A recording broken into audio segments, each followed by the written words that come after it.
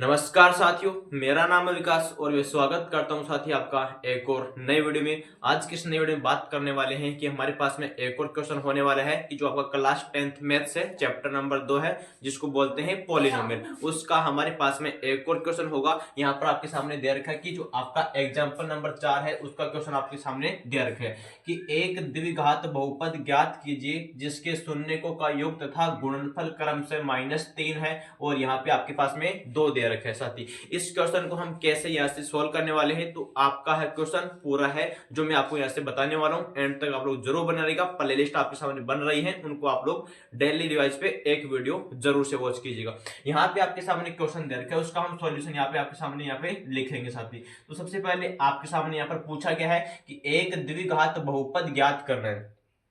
जब आपसे पूछा जाए कि एक द्विघात बहुपद ज्ञात करेंगे तो आपके सामने पहले एक बहुपद होना चाहिए। तो वो पी अक्ष क्या होता है कि वो ऐसा होना चाहिए कि ए अक्ष स्क्वायर होना चाहिए, प्लस यहाँ पे बी अक्ष होना चाहिए और प्लस यहाँ पे सी होना चाहिए। ये होती है द्विघात समीकरण की जो आपका बहुपद होता है उसका यहाँ पे सामान्य रूप होता है। तो यहाँ पे आपके सामने एक बार दे रखा है कि शून्यकों का योग दे रखा है। एक शून्य अल्फा लेते हैं, दूसरा शून्य यहाँ पे बीटा लेते हैं, तो उनका योग दे रखा है कि अल्फा प्लस यहाँ पे बीटा दे रखा है, उसका आपको दे रखा है यहाँ पे -3 है साथी। यहाँ पे लिखो -3 है। यहाँ पे आपको दे रखा है कि उनका गुणनफल दे रखा है, मतलब अल्फा इंटू बीटा का यहाँ पे गुणनफल दे रखा है और वो कितना दे रखा है, यहाँ पे 2 दे रखा है। यहाँ पे आप लोगों के सामने मैंने ऐसा लिखा साथी। अब आप जानते होते हैं कि जो आपके सामने मूल्यों का योगफल होता है वो क्या होता है, माइनस का b बटा a होता है। यहाँ पे आपके सामने जो गुणनफल होता है वो c बटा यहाँ पर a होता है।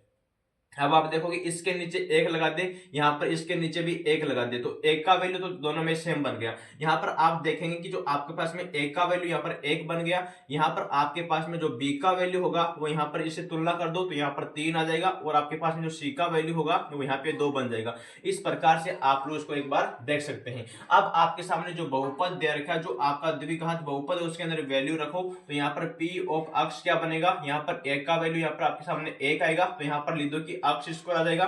यहाँ पर आपके पास में क्या आएगा कि b इंटू अक्ष आएगा, तो b का वैल्यू यहाँ पर आपके सामने कितना दे रखा है, 3 दे रखा है। यहाँ पर लिखो आप 3 अक्ष लिखो साथी। यहाँ पे प्लस का c है, मतलब यहाँ पे आपके पास में 2 आएगा साथी। तो ये आपके सामने निकल के आ चुका है, जिसको बोलते हैं द्विघात बहुपद बोला जाता है। वो आपके सामने यहाँ से मिल चुका है। जो आपको पूछा गया था वो यहाँ से आप लोग इस प्रकार से निकाल सकते हैं साथी। अब अगर आप इसका एक और मेथड अपनाना चाहते हैं तो यहाँ पर आपके सामने वो होता है कि अगर आप द्विघात बहुपद निकालना चाहते हैं तो उसका रूप होता है यहाँ पे कि जो आप p ऑफ अक्ष बनाएंगे उसका क्या होता है, यहाँ पर एक बार लेते हैं कि अक्ष स्क्वायर होता है, माइनस का यहाँ पे होता है अल्फा प्लस का बीटा होता है, यहाँ पर अक्ष होता है और यहाँ पे होता है आपके पास में अल्फा इंटू बीटा होता है। ये होता है द्विघात बहुपद का निकालने का तरीका। अब यहाँ पे जो आपके सामने दे रखा है वो लिखो कि यहाँ पर तो अक्ष स्क्वायर हो गया। अब माइनस अल्फा प्लस बीटा कितना है कि अल्फा प्लस बीटा का वैल्यू आपके पास में -3 था, तो यहाँ पर वो प्लस का बनेगा, तो यहाँ पर आएगा 3 अक्ष आ जाएगा, ये प्लस का बन गया। यहाँ पे अल्फा इंटू बीटा का वैल्यू यहाँ पर 2 था, तो यहाँ पर प्लस का आपके पास में 2 आ जाएगा और यही क्या होता है, आपका द्विघात बहुपद होता है। अगर आप ऐसे निकाले तो ऐसे निकालो, या ऐसे नहीं निकाले तो आप लोग इसको ऐसे निकाल सकते हैं। दोनों ही तरीके से हमारा प्रश्न यहाँ से सही होने वाला है। इस प्रकार से आप लोग इनको सरल कर सकते हैं। यहाँ पर अल्फा प्लस बीटा का मतलब होता है मूल्यों का गुणनफल होता है, और यहाँ पे अल्फा इंटू बीटा का मतलब होता है मूल्यों का आपके पास में क्या होता है, गुणनफल, और यानी अल्फा प्लस बीटा होता है इनका योगफल होता है। साथ ही इस प्रकार से आप लोग पूरे क्वेश्चन को सॉल्व कर सकते हैं। उम्मीद करता हूं क्वेश्चन आपको समझ में आया होगा, तो कमेंट बॉक्स में जरूर बताएं कि क्वेश्चन आपको कैसा लगा और नेक्स्ट वीडियो को आप वेट कीजिएगा। Thank you so much, love you all, जय।